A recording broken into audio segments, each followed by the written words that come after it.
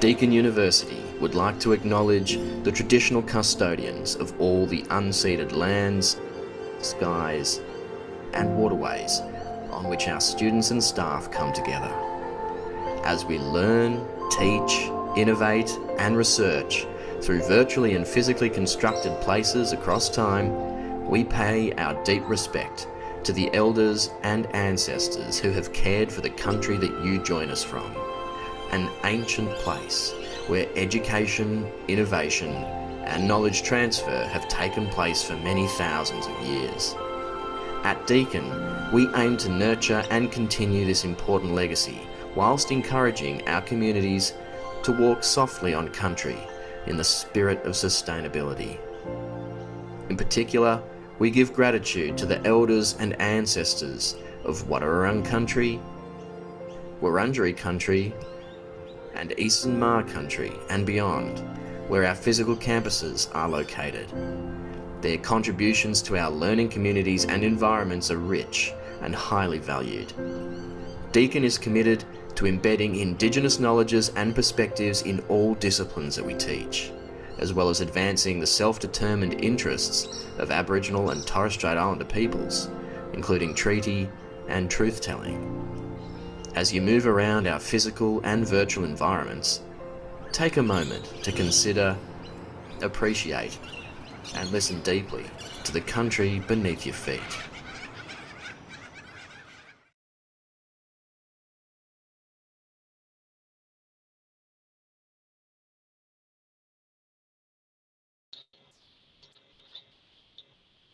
Hi, Renee here, and welcome to day 2 of the 2023 Student Voice Symposium. Now, again, I'd like to acknowledge the contribution and support of the ACSV, Australian Council for Student Voice, AARE, Australian Association for Research and Education, and the Centre of Research for Educational Impact, REDI, at Deakin University. Now, just to let you know again that we do have the chat function enabled during this webinar. So, call out, say hello, and connect with others. Please note also Q&A function is enabled. Any questions, please feel free to send them through there.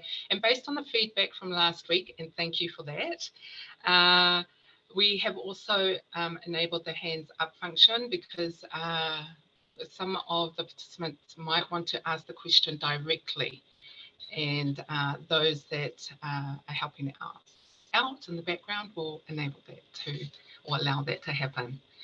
Right, so with that in mind, I'll start this webinar by briefly introducing our panel. We're very fortunate today to have 4 people joining us, and we have Adam, who's a teacher of humanities, and if it falls under the topic of humanities, he has taught it. He is also a master teacher in this area, so philosophy, economics, geography, like I said, you name it, he's taught it. We've also got Mari, who also has a background in humanities, and has often worked in initiatives for school improvement, so within schools, councils, Department of Education, before moving into the tertiary sector, where research, alongside with Lew as well, around school improvement practices,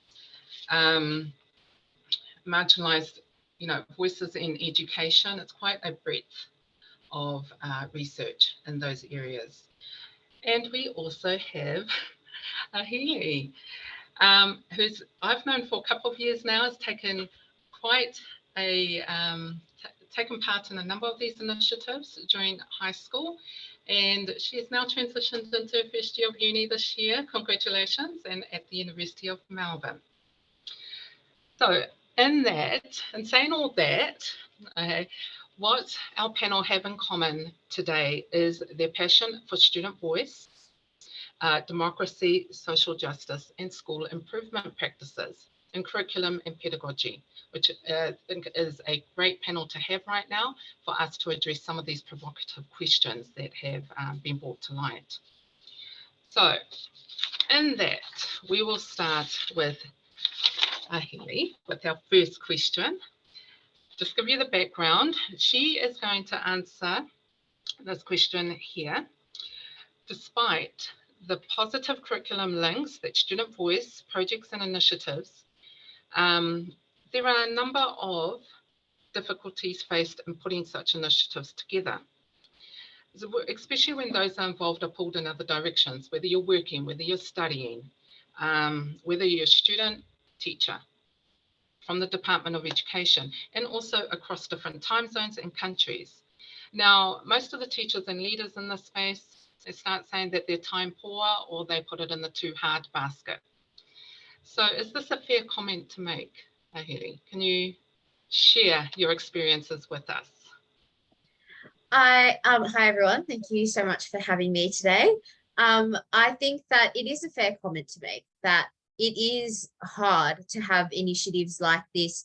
It's really hard to make initiatives like this to start, and it's even harder to keep it going. But I think fundamentally when we're thinking of putting these initiatives together, we often get really bogged down by the complexities and by the challenges that we might face.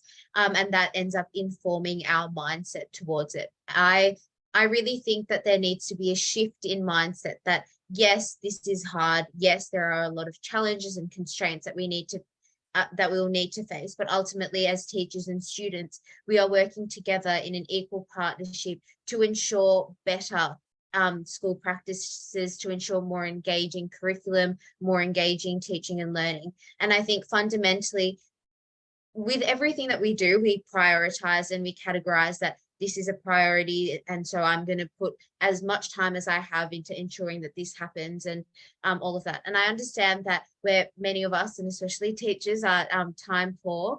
But I think if we fundamentally ensure that this remains a priority and we understand that these, in particular student voice initiatives, they have such a crucial underpinning in curriculum, and they have such a crucial role in student engagement, that they deserve to be a priority. So I think if we change the language and change the way that we think about it, it goes from something extra that we might consider ourselves too time poor for, we might consider too challenging. We consider it as an integral part of our teaching and an integral part of our learning. And then when we think about it like that, I think that it becomes a priority. And despite the challenges and constraints, we might try and navigate that. And I think another part of this issue is that it's really important that there is support for these kinds of student voice projects and initiatives from the top down. If there is a teacher or a young student who's really, really interested in a project like this taking place, but they're facing bureaucracy or obstacles or questioning at every single step of the way as they are trying to put this initiative into place, it's not sustainable, and it's often more discouraging than encouraging. So I think that ensuring that there's leadership of schools who are supporting these, who are helping to make these programs and projects as good as they can be, I think having that support is very, very important. So, yeah. Thank you. Thank you for that, Ahelee. Can I just ask, because one of the things you did mention was around equal partnership, and that I think you highlighted maybe or touched upon a challenge with that. I just wondered if you could explain further or maybe give an example that maybe you encountered. Yeah, so I think that equal partnership is a really important phrase when we come to talk about student voice, but as important of a phrase it is, it's also really important for it to be put into action, that teachers, students and policymakers are all working together within an equal partnership, because as student voice, the voice comes from the students, but the teachers are also incredibly important to facilitate that, to ensure that it's still remaining within the bounds of curriculum. And policymakers also have a really important role in these projects and initiatives in making sure that they are that they are feasible, that these projects are sustainable, and that they will continue for a long time. So I think that ensuring that no one has more power than another when we come and sit at a table to talk about these student voice projects is really, really important.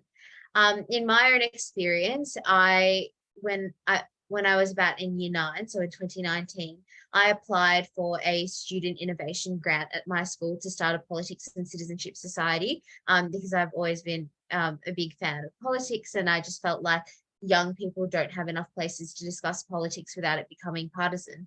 And so as part of that student innovation grant program, I had school leadership coming down to students and saying that, what are your ideas? Asking for student voice and agency. What are your ideas? How can we support you to make initiatives that will make your schooling life and your schooling journey more engaging and more relevant to you? And at the same time, I was empowered to share my voice. And when we were discussing on how best to make this initiative sustainable and relevant and engaging, it wasn't the teachers telling me what to do. It was an equal discussion, almost like colleagues in a workplace, trying to decide what's the best way for it to go. So that's an example that I have about the importance of equal partnership.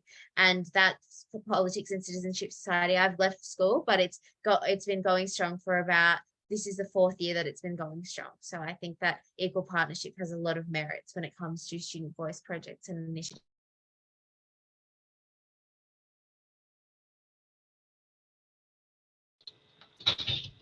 Thank you for that. I just have one more question regarding that. When you were saying change the language, that is also, because I was going to ask you for some practical advice, but you've already given quite a number of practical advice in terms of what you have just discussed. And changing the language, can you just elaborate a little bit more on that? Yeah, sure. I think I studied English language in VCE, and linguistics has always been a passion of mine. And I think that the language that we use to communicate is very telling. And often we don't realize it, but certain words and phrases come across in ways that we might not intend. And I think when we're asking for student voice projects and initiatives, it's really easy to make the language tokenistic. It's very easy to make the language condescending almost. And so I think that ensuring that, using lots of inclusive language, but also I think it's really important for teachers and school leadership to be making the first move to show that they are open for student voice and agency, and educate their students around that, and use language that is inclusive, but also empowering for students. And I think fundamentally, as I've said, to make successful student voice projects and initiatives, there cannot be a power imbalance, because then it's not productive student voice. It becomes tokenistic. So the school can say, oh, we've got some student voice, we've got a tick on our to-do list. But I think that making sure that the language is one without power, without any dominance or anything like that, I think ensuring that the language supports equal partnership is really, really important. Great points been made there for sure. Might have some questions coming to you a lot later on with some of the Q&A, because I think that's a lot of what you touched upon is as relevant as some of the other questions that will be answered next. So we'll move the direction of this conversation over to Lew for the next question we have here. Just to foreground this a little bit, give you some idea there. And thank you again, Ahelee. We'll chat soon around this a bit later on. For this question here, there are some criticisms, or there are often criticisms, that the majority of student voice initiatives involve students with many leadership capabilities or roles that are handpicked, or they're either tapped on the shoulder. Other voices tend to miss out. And this is, I do remember this from a few of our discussions in the past, in previous conferences. So these voices, for example, students in remote communities, disenfranchised learners or refugees and so forth, hinting that student voice is not inclusive. So the questions are, is this a fair comment to make? And in your experience, Lew? Thank you. I'll pass it over to you. Yes, it's a very fair comment from my experience. And I'll add further questions to get at how voices of the less advantaged are muted. Do schools institutionally deny space for students from marginalized positions to voice their life experiences and knowledges?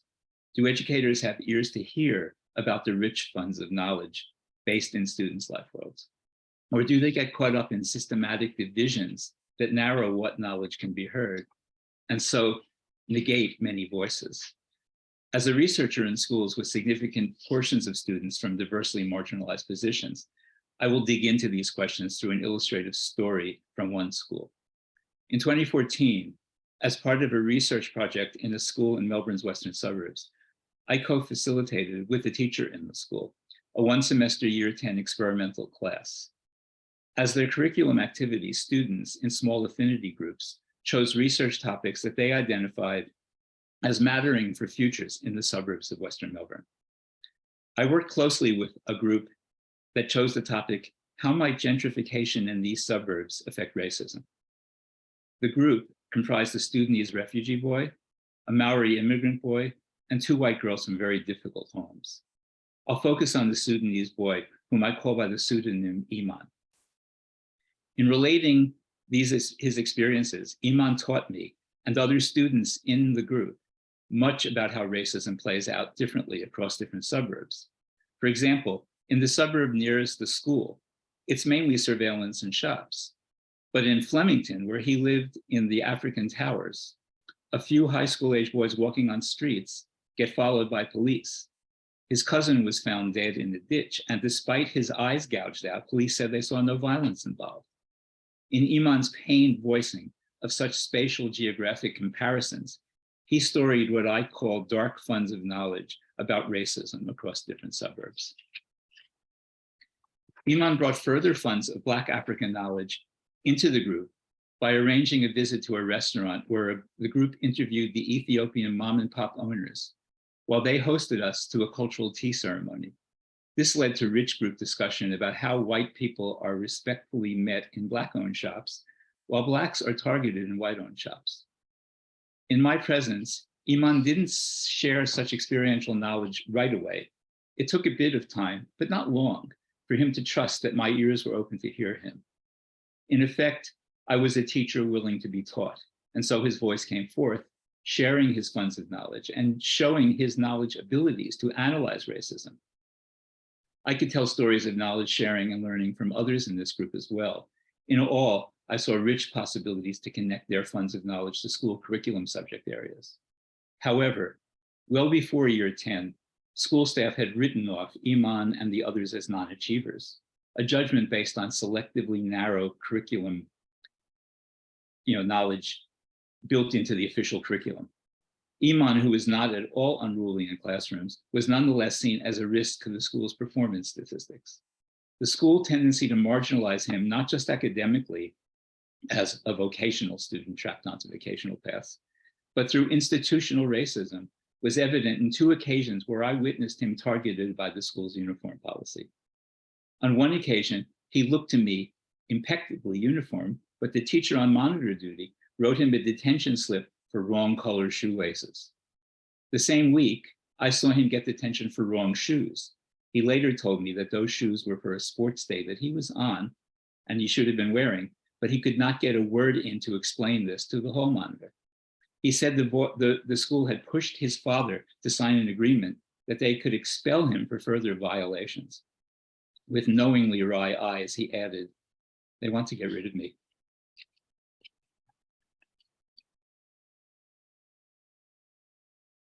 One day, Iman showed the group a YouTube video where actors posing as sales clerks in a lush clothing shop in New York City's Soho area hawkishly watched Black shoppers who were also actors. Free-strolling white shoppers who weren't actors seemingly ignored this until a Black shopper, also not an actor, angrily called out the racism. The filmmakers then revealed themselves, explaining that exposing tacit racism was their purpose. I invited Iman to show the film to the whole class and voice his shop experiences that he has. He was reluctant, and I was naive as to why. After a few reminders from me, he said yes, showed the film to the class, and he and other African and Asian students in the class shared experiences for maybe 10 minutes until 5 white students in the class who had been in the school's middle years accelerated program took over discussion as African and Asian students went silent. Iman trudged off to slouch across the desk with his earphones on. Neither I nor the co-facilitating teacher had the heart to follow school policy and take the earphones from him. I later asked some of those students who went silent, how come? They said that in prior classrooms, which mixed them with the accelerated students, the latter criticized thoughts they voiced, teachers did not intervene, and silence felt better than hearing insinuations that their minds were inferior. Sadly, I learned why Iman had been reluctant. The white accelerated students who acted to dominate the dialogue were from working class families whose parents were first generation in universities. They expressed views on racism which were progressive. They weren't racist in their thinking. I do not see the problem to inhere in their egos either, but in how schools divide the diverse student cohort, investing in a small sub-cohort of high achievers in the narrow curriculum who can make the school look better on marketable performance metrics. And of course, these metric measures are imposed by policymakers up above who don't dip their feet, let alone their ears, into those schools or their students' communities, to hear what they have to say. The students chosen for acceleration then get caught in a divisive competition, encouraged and rewarded by teachers to be the classroom voices, the achievers. They learn to perform in ways that negate the voices of others deemed low or non-achievers. Systemic features of schooling thus sort and select to suppress voices of marginalized students who could teach me, nonetheless, an academic researcher, so much about their rich funds of knowledge that I would never have known otherwise.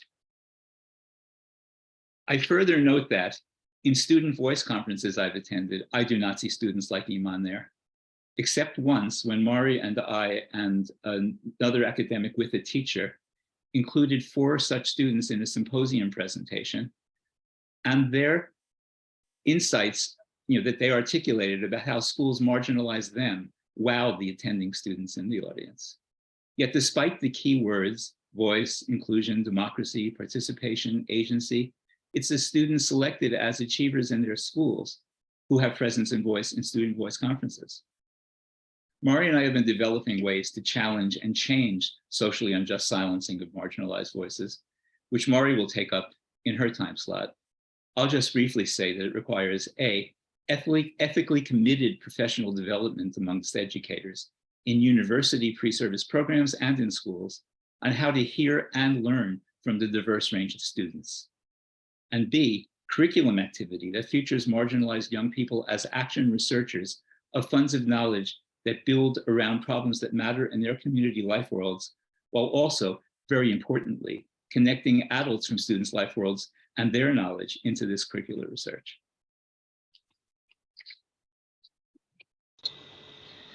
Thank you so much for that, Lew. Very important information indeed, and actually could go into a much deeper and richer conversation in a few of those areas as well. We will come back to that a bit later on, and I will just go into the next question, another area, the third question that we had, and I'm going to send this or address this to Adam. There's actually 2 parts to the question, so in this case, and Adam, just to give some background here to these questions, firstly, and it also relates to what Ahelee and Lew have been also saying. So for students to drive student voice or agency in schools, so what steps are needed there? And to raise these issues as part of the curriculum. Actually, Ahelee gave a great example in her question earlier from when she was student year 9. So we'll start with that first. How can they raise these issues as part of the curriculum? Adam?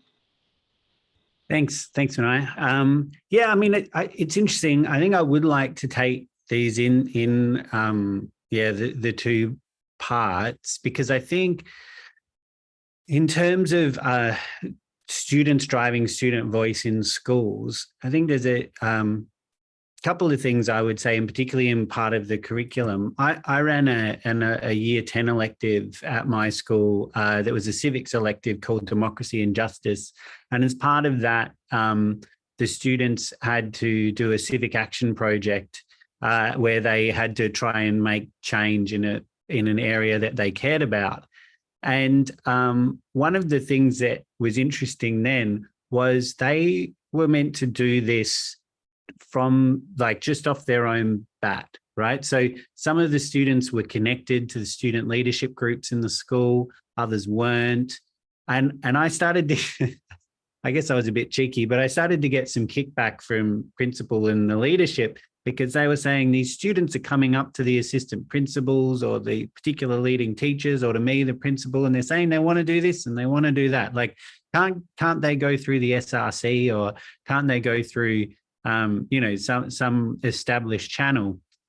And with the teachers that I taught that subject, we reflected on whether we wanted to make a step in the process of their civic action project to reach out to SRC or to try to set up some sort of formal structure that would be reporting to leadership. We actually decided not to do that. And the reason we decided not to do that is that we thought that it would be good for the students to just see how far they can get in the different ways then they can get it. And at the end of that subject, we would sort of have an evaluation of power and reflect on how the different caps, that's what we called them, civic action projects, how the different caps would go and where people did succeed and where people didn't succeed, so that students as well would get an idea of, for example, there was one group that wanted to make sure that students could change their pronouns on Compass, like the learning management system. And there were just a couple of leading teachers that were very much on board with that. And so that happened and it changed, and then students were able to change their pronouns. Other students had sort of less ambitious goals and sometimes more so, but weren't able to see that change. So the fact that they were able to get the support of the leading teacher would then help the students understand sort of how the power at the school was working, and I guess then sort of understand power of systems, which I think to answer this question of, what steps are needed for students to drive student voice in schools, Jade mentioned this a bit last week as well. She's a different language, but I'm going to use Biesta's language, where he calls it an ecology, and that there needs to be an ecology of agency in the school. So there needs to be like student agency, there needs to be teacher agency.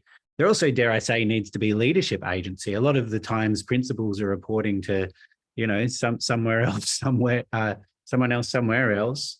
And so I think in order for these things to be driven properly and for students to have that student voice honoured, respected and responded to, it needs to be happening where there's an ecology where voice is valued. And that's not just the voice of students, it's also the voices of all the other people that are a part of that school community. Thanks for that, Adam. It's so true, and it's great that you highlighted the not only student agency, but also the teacher agency and the leadership agency, because that basically is instrumental, especially with Ahelee, going back to you from what you said at the beginning in terms of working together in order to implement these strategies within schools. I just wondered if, when such issues arise, like you did give a couple of examples, but if you're on with the teachers and the students and they're wanting to work with this, but the leadership team is quite resistant with this for whatever reason, and they try their best to minimize it, censor it, or suppress it, or shut it down, or even higher than the leadership team. I wondered, how can we start that process off in order to address that? Instead of just acceptance, how could teachers and students be able to start that to make change in that regard? Yeah, I mean, I think you know, that original question, I forgot to mention curriculum, and I guess one thing though that is useful is that students and teachers can very often co-construct curriculum, or something that a lot of teachers don't do, but I would encourage them to do, is even just show students the curriculum.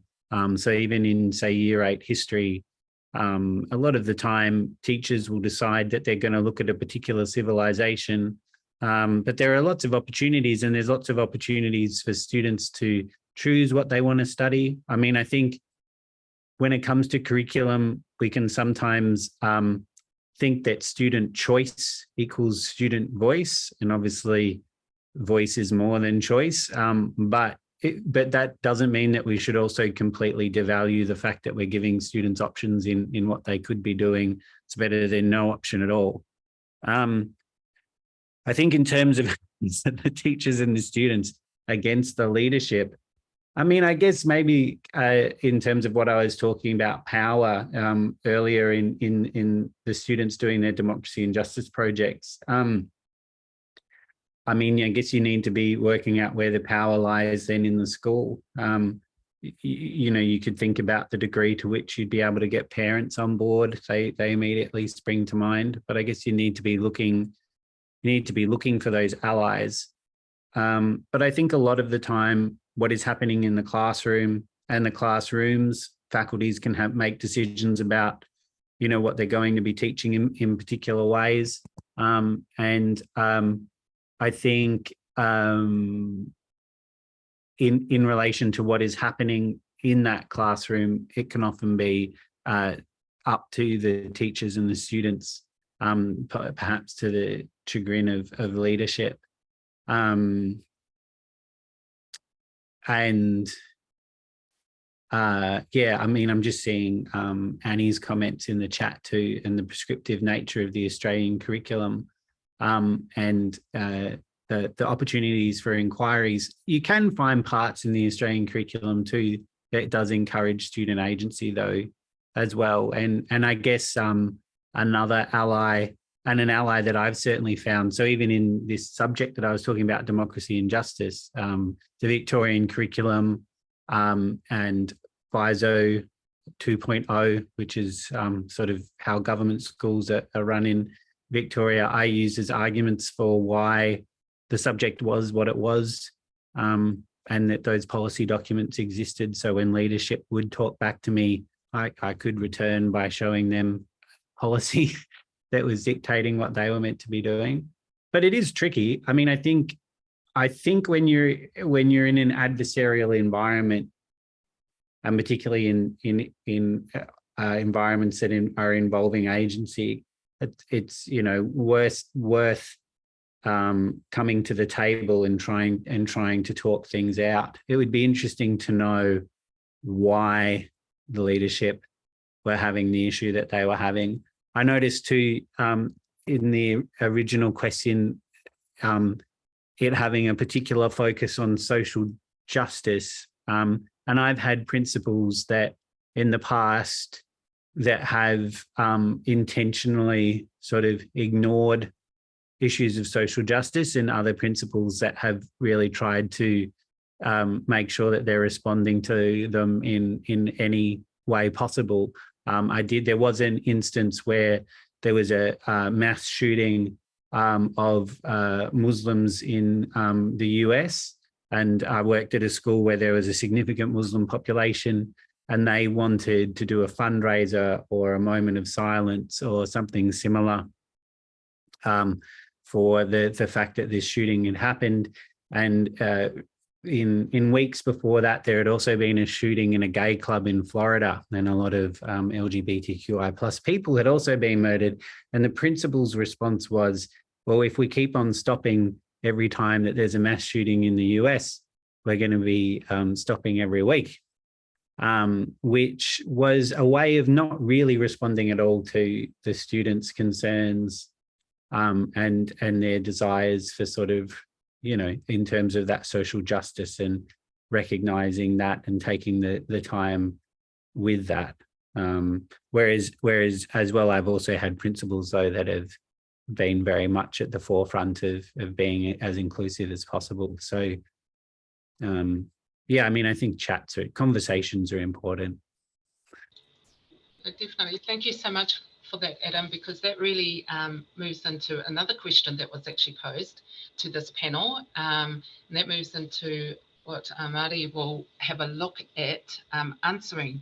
They all just kind of intertwine, interrelate in so many ways.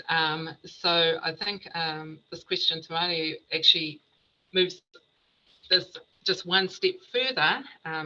So thank you for that, Adam. No doubt we will come back to that and have some Q&A around that a bit later on. So I'll pass this on to Māori in terms of this question here.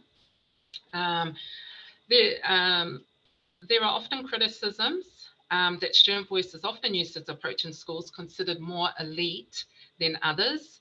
And even in some schools, and it's been mentioned in the answers previously, that school leaders have a tokenistic approach towards student voice, yet it's been promoted. So are these comments, are they fair comments to make? What are your thoughts on this? I think it all depends. There are fair comments for some schools and not for others. And it also depends on the time and the context.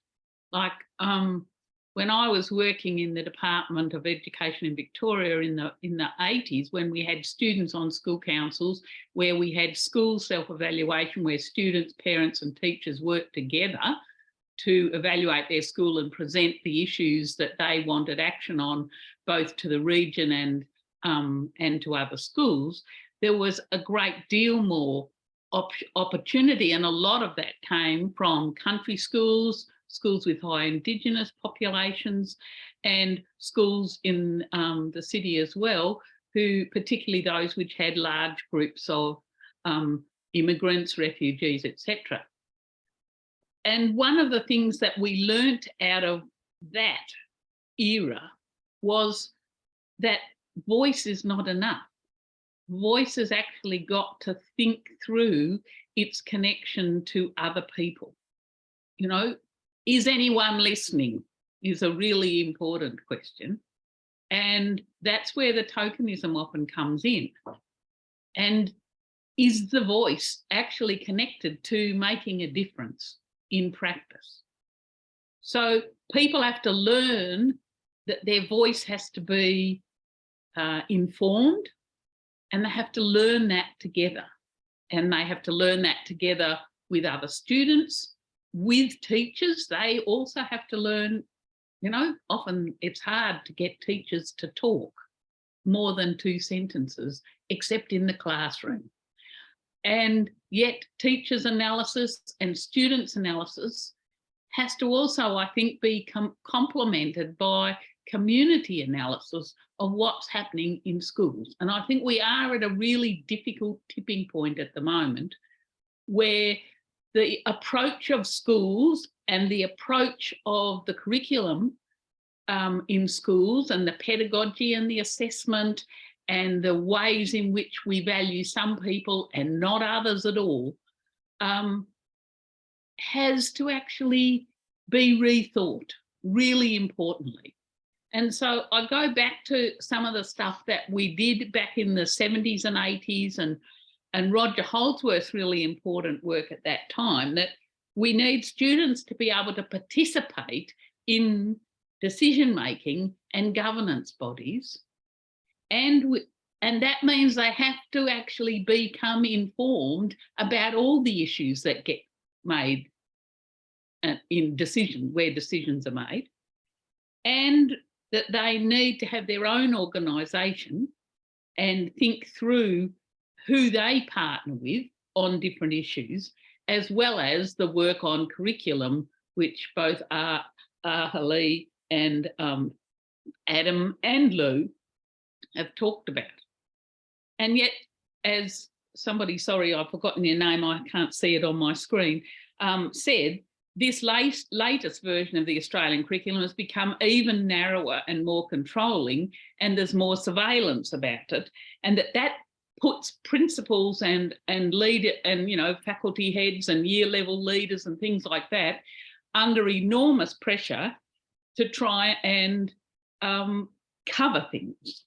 And yet the space that we have is much more difficult to find. I think it is quite possible, as Adam suggested, to really seriously do multi-age groups, interdisciplinary studies, inquiry and research projects in every subject. And that I think we've actually got to start talking back to policy about the ways in which curriculum is positioning teachers as implementing some written down official policy and students as just passive receptors. And I think that's a very, very difficult time we're in, at a time when we really need schools to be at the forefront of producing new knowledge that people can act on with the people who can act on it in their local communities. And for me, the issue of voice does need to, people need to practice listening to young people. And anytime I listen to young people, they're very articulate and they have to learn to be articulate and informed about what is going on in their world. Paulo Freire, 50 years ago, talked about we all have to learn to read the world. And only after you learn to read the world do you learn to read the word. That reading and analysing what's going on in the world is absolutely essential. So the work that Lew and I have been doing around curriculum is quite similar to some of the things that Adam talked about.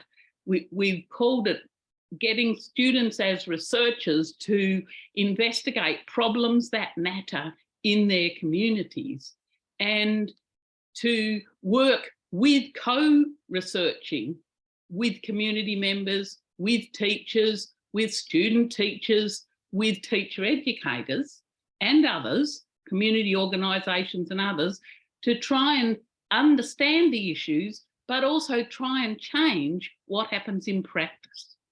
Because it's as you try to change things that the power issues come up. That's a really important thing to understand. And for students to understand those power issues, not just inside the school, but also in the community, whether it's with the local government or whether it's with people who own big businesses or chains or things like that, and that yet there's no jobs locally. How do you actually understand where you can put pressure, where that might happen? It doesn't mean that students have to actually lead all of the action, but it does mean they have to participate in it in order to understand the world, whether it's about climate change, whether it's about gender and LGBTQI, etc.,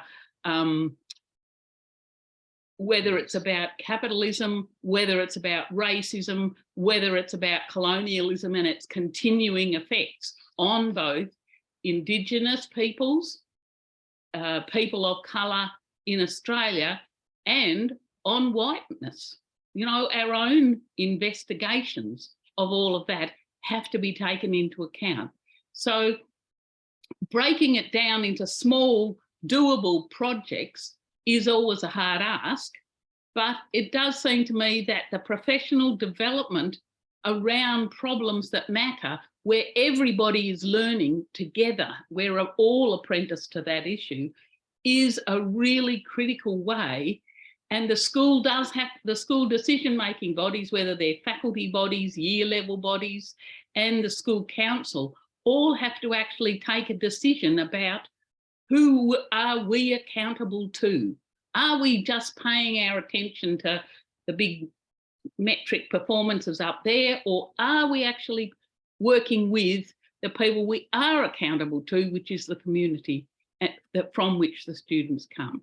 So I think it is we're at a really difficult time for schools, but I think that there is a lot of interest in trying to change the relationships and to build capacity to work together, to build agency, to build participation, and to start learning to build informed voice that different groups lead to.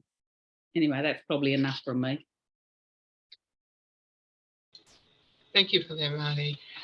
What across all four panel members, in terms of the questions that have been asked, what often comes up is the notion of, or the word that I've heard, power, quite often. Co-construction or working together is another, as well as what you've also highlighted, Marty, is the idea, you know, the listening aspect.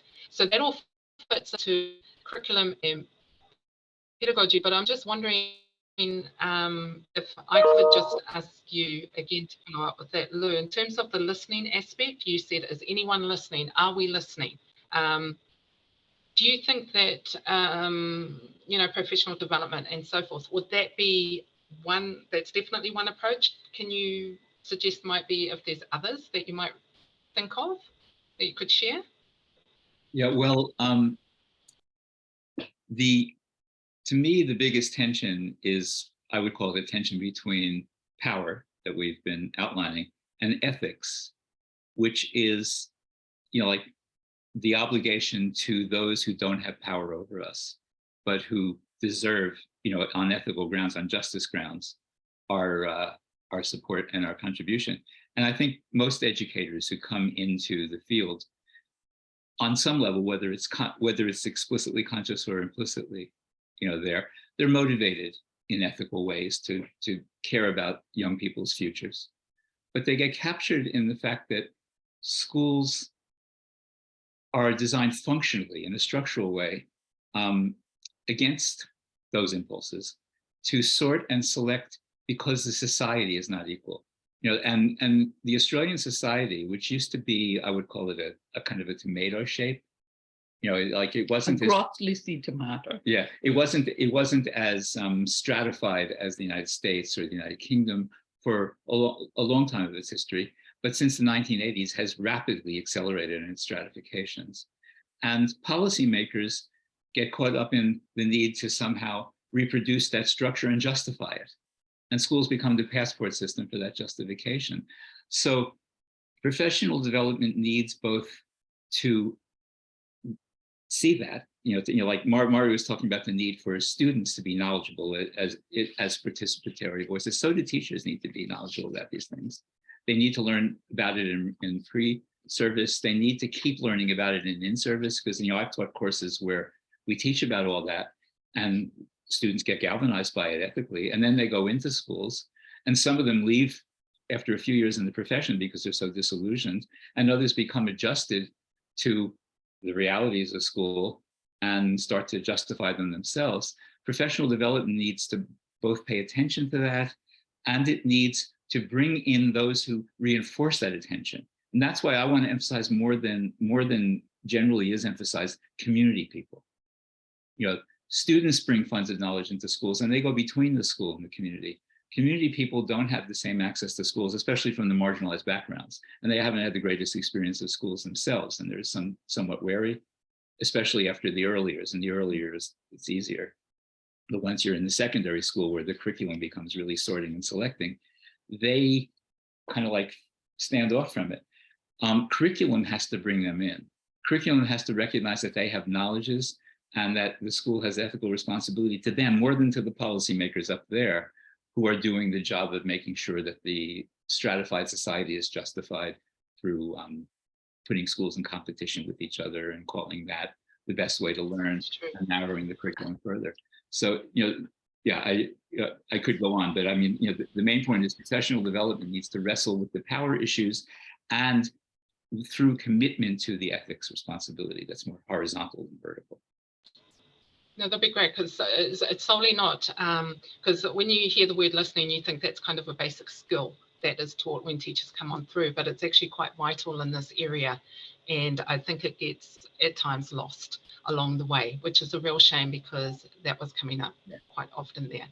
We've got a couple more questions here. I got one for Ahelee. Just a quick question for you. You know, we've spoken about working with you know, teachers, policymakers and so forth, students themselves, but there's also been discussions previously about bringing research into it, because that was also a big thing that was noted. So the research side of that, can you comment to that? I mean, that was brought up by students themselves. I just wondered, you know, when that cropped up, why? Because, you know, why that was seen as so important. I absolutely agree that I think it's really important for research to be brought into the conversation as well, because ultimately a lot of education and pedagogical practices are underpinned by the research that amazing academics all around the world do, and especially when it comes to this field. I think that having research involved gives a sense of legitimacy, and also a sense of relevance, and it's very persuasive for teachers or school leaders who might not be so supportive of student voice to present them with the literature and all the evidence and research that we have backing up the importance of student voice and agency. And it also, we have conversations like this, and the conferences that we've done and the meetings that we've had that are based on the research around student voice and agency, and that creates a conversation towards the importance of that, and that also has a really important role. I think that when we bring research onto the table, when we're discussing student voice and agency programs and initiatives, it's really important that the research is accessible to the students who are involved. We've spoken a bit today about the students who are at the back of the classroom, the students who might not necessarily be the ones in leadership positions and things like that. And I think that I've spoken about the importance of language and using language that enforces this idea of equal partnership. And I think for all students, academic language is hard to understand, not just for students, but for some academics as well. And I can see Adam's agreeing with me. I think that ensuring that the academic language that is used when you're discussing it with students is that it's accessible. I think that that's really important, because then if you're using really complicated academic language and jargon that students don't understand, you're just going to alienate them. And especially for students who might have been more reluctant in the first place to come and be involved in a project like that, using language that they don't understand is just going to make them feel that power imbalance and make them feel less welcome and comfortable to contribute. So I think that research is important, but it does have its place, and it's important to use it in a way that's accessible to everyone involved. Thank you so much for that response, for sure. Just how important language again, because you addressed that previously with a question as well. So it's really good to highlight that in another direction, pretty much, just how important that is. We've also got another question here, and just a reminder, if you have any questions specifically for the panel, just please let us know. Adam, did you want to add to what? Great, because my next question was going to go to you, so I'll ask that after you add what you would like to. Oh, yeah, I guess I just wanted, I know that today's session is all about provocations, and so I would like to offer a provocation to this group, which is that, and I know I saw Jenna Gillett-Swans attending today, and her and I co-wrote a book chapter a couple of years ago on voice power and agency in the classroom. And she made me aware of, speaking of research, Lundy, Ahelee, who wrote an article called In Defense of Tokenism, and in defense of tokenism within the student voice sphere. And I know that, you know, a lot of the work that Lou and Marie have done is in regard to, you know, giving voice to marginalized groups. And of course, I'm on board with that. But I think an interesting point that Lundy makes is a question and perhaps also an offering that is like, and maybe for us to think about, is tokenism better than nothing at all? And Lundy is advocating that if tokenism is the beginning of steps towards full participation in student voice, so it's not tokenism for tokenism's sake, but rather that we do only hear from the A+ students who are anointed by leadership or whoever in the first instance. Is that necessarily a bad thing on the road towards a more full participation? But at the same time, yeah, thanks, Jenna. But at the same time, I mean, I think there's also an argument that potentially tokenism is bad, because if you have tokenistic student voice and then no one responds or listens to it, then that can be very disempowering and disenfranchising for the people that had offered the voice as well. So I don't know, I flip-flop on this. I genuinely flip-flop on this. I think I side a little with the idea that tokenism is probably better than nothing, but I understand there are arguments otherwise. So I'd just be keen to hear from the others, and maybe Ahelee too, as someone who's been a young person in student leadership. If I'd be really keen to know what you think.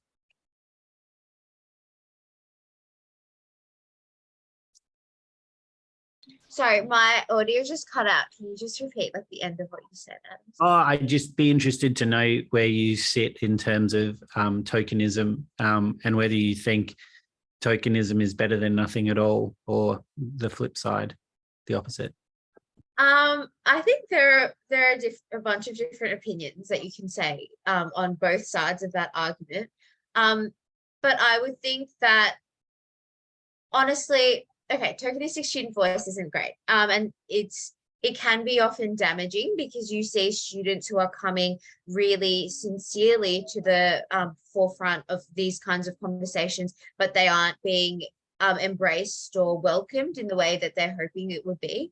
But I will say that at least when there's tokenism, at least there's conversations of student voice and agency happening. And I think that it's a start that, yes, it might be tokenistic at the beginning, and it's really hard to not fall into the trap of student voice and agency being tokenistic. So I think that at least, even if it is tokenistic in the beginning, there is at least students feel empowered that, okay, we have our ideas. And there are always generally really passionate students, especially on student leadership, who are, when they've got that inkling that school leadership might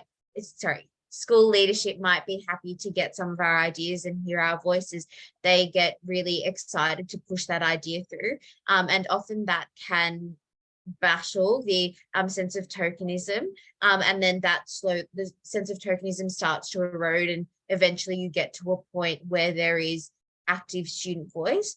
But I think it also means that I think it also depends on the kind of tokenism that there is. And, you know, it's not a black and white situation, but I think at least tokenism is a start, and that there is a conversation about student voice and agency happening in the school, which is better than nothing. Thanks for that, Ahelee. It's so true.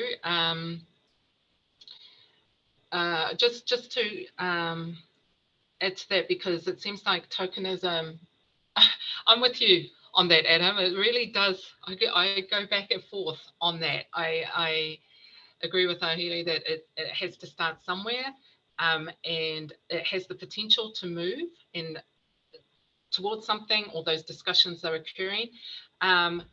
I would like to add one step further on that, is that usually that potential is not often realized, which is the next level, I would say, for many reasons, and it falls on the shoulders of maybe just a small group. I don't know if you had anything to add to that, Adam. I don't know whether there was something to add to that, because I feel like in order to keep it going, yes, but is there a timeline to it? That's what I mean. Like, I go back and forth. You know, great to see things happening, but yeah, Lew and Marie, did you want to weigh in? No, you go. Yeah, no, I just like to. I think I'd like to get a better concept than tokenism, which I would call pragmatism. And based on the well-known Australian educator Garth Boomer's concept of being a pragmatic radical teacher. Pragmatism means doing what works in the conditions you're in and the context you're in, you know, recognizing its limits and you can't push further than a certain point. But radicalism means you keep your eyes on what is worth working towards. So in that pragmatism, you're building the conditions for working towards it. Like, for example, I had that class that I talked about where kids like Eamon and the other so-called losers in the school got a chance to research something and really talk to each other and have voice and teach me and present a report. Yeah, and present a report and so on. But it didn't change the ability to listen to the school. So then you take the next step. You know, it might be you propose an action research project about racism, a whole class based on it, in which students like Iman are significantly featured as leaders, and it moves the curriculum activity from inside the classroom more to outside the classroom, where the community people become involved and they start to come into the school, and the teachers hear them, and increasingly the teachers start to pay more and more attention horizontally to the communities that they're supposed to be serving, and realize that they shouldn't be just kowtowing to the policy dictates from above that are putting their schools into competition and dividing the student body. So you build the conditions carefully towards that, and you realize how far you can go, but you don't stop with tokenism. You know, it isn't really tokenism, it's building the conditions.